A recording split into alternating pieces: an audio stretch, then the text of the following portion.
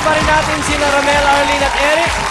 Matapos ang tatlo pang tanong, magpapaalam na ang isa sa kanila. Okay, let's begin round 2. Ito ang susunod na tanong. Question number 4, worth 6,000 pesos.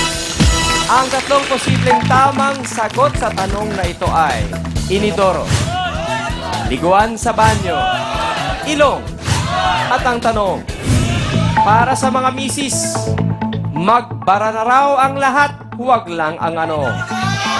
Tanungin natin si Ramel. Inidoro. Bakit po? Yun ang pinakamahirap kasing yung bang alisin yung bara. Lalo pa meron kang karinderya, di ba? Oo, mahirap yun. Thank you, Ramel. Arlene, Inidoro po. bakit inidoro? Ang hirap po talagang tanggalin yung bara po sa inidoro. Tsaka nakakadiri. Yuck. Yuck, ew. Thank you, Arlene. Eric, Inidoro po. bakit inidoro? Mahirap po magtawag ng malabanan. Alright, ang sagot. Let's ask Pilipinas.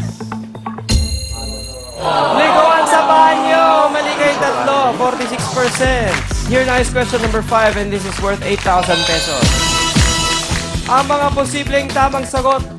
Monggo, ube, baboy. Ang tanong.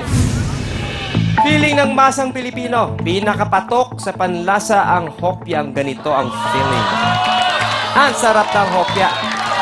Arlene, Ubi po. bakit ube? Kasi po, kadalasan naman po talaga sa kopya ay ubi talaga. Thank you, Arlene. Eric, Ube. bakit ube? Paborito ko po. Alright, Ramel. Baboy. Baboy. Pork. Bakit Oo. baboy? Kasi dito sa karinderya ko, yun ang madalas na hinahanap. Nagbebenta ka rin ng hopya, Oo, meron din dito sa akin. Ang galing, Thank you, Ramel. Ang sagot, let's ask Pilipinas. Monggo, 42%. Uy, kayong tatlo, mali na naman kayo, Ito na ang panghuling question ng round. Question number 6.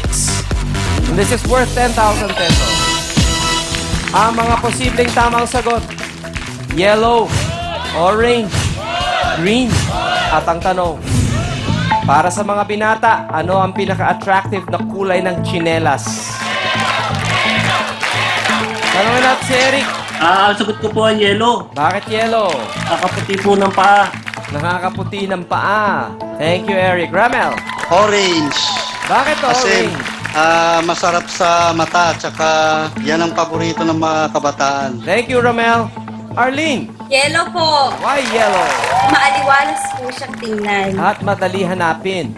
Yes. Thank you, Arlene. Ang sagot, let's ask Pilipinas. Oy, tama si Ramel, orange! 40%! Okay, at ang susunod na rin kasali ay si Eric! Arlene, I am so sorry. Sige po. Hayaan mo. Balang araw ay mabibinyagan din ang inyong babae ba? Babae ba? Dani? Bye po. Babae, unika iha. God bless you, Arlene! Bang babo! Alright, after this round, isa na naman ang magpapaalam all the best sa ating dalawang contestants. Here is round 3. Let's begin the round with question number 7 worth 12,000 pesos. Ang mga posibleng tamang sagot. Noodles, tuyo, itlog, sardina. At ang tanong, ayon sa masang Pilipino, ito ang madalas na iniluluto kapag naubusan ng ulam. Tanungin natin si Ramel. Noodles. Noodles. Ito kasi yung madalas bilhin sa tindahan. Tapos siya yung pinakamura pa. Talaga, magkano ang pinaka masarap mong noodles? Ano ba yung masarap mong noodles? Yung instant noodles. O magkano mo 15 pesos binibenta? isa. 15 pesos. Minsan may itlog, 20 pesos. Alright, thank you, Ramel. Eric, Ang sagot ko po ay noodles. bakit po noodles? Hot water lang po, solve na. Hot water lang, sold na. Thank you, Eric. Ang sagot, let's ask Pilipinas. Itlog, 47%. Yung sumagot ng noodles, 23% lang. Mukhang hindi nyo napupulsuhan.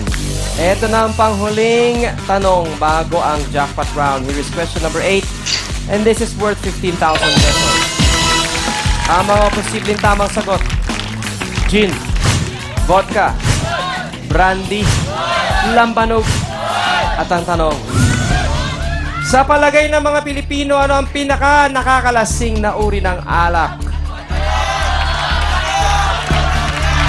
Yes, Eric. Ang sagot ko po ay lambanog. Bakit lambanog? Matagal na pong ginagamit to. Oo, tsaka mura lang, eh, no? Opo. Tsaka purong-puro. Opo. Mataas ang alcohol content. Yan ang iniinom ng mga mambabarik na Ayan Pilipino. po. Sadyang nakakalasing yan. Thank you, Eric. Ramel, Lambanog. lambanog. Ito daw, sabi nung marami, ito daw yung mas nakakalasing. Tsaka marami nito sa Quezon eh. Sa Los Baños, nakakainom din Oo. ako yan. Noong college pa ako. Noong araw ay 5 piso lang yan. Magkano na kaya lambanog ngayon? Hindi ko na alam. Thank you, Ramel. Ang sagot. Let's ask Pilipinas! Gin! 39%! Pareho kayong mali. Yung lambanog, 26%. Pero ang nanalo ay si Ramel. Siya ang nakapasok sa ating jackpot round. Eric, hindi mo napulsuhan ang masang Pilipino. Mag-iingat ka, ha? Po. Salamat po. Wow, babo! Alright.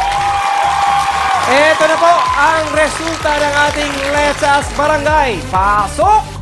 Barangay Barkada!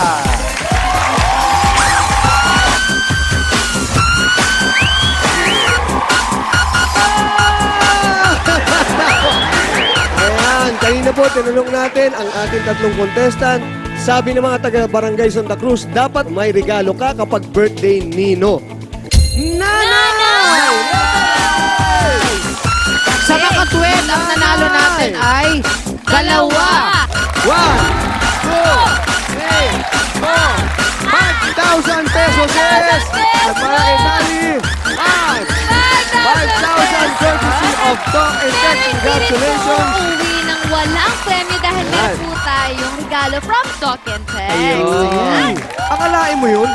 Sumagot lang, nanalo na agad. Maraming salamat sa Talk and Text Chat Text, ang mas panalo na GM dahil bawat text at reply, kita ng buong tropa. Kahit anong phone.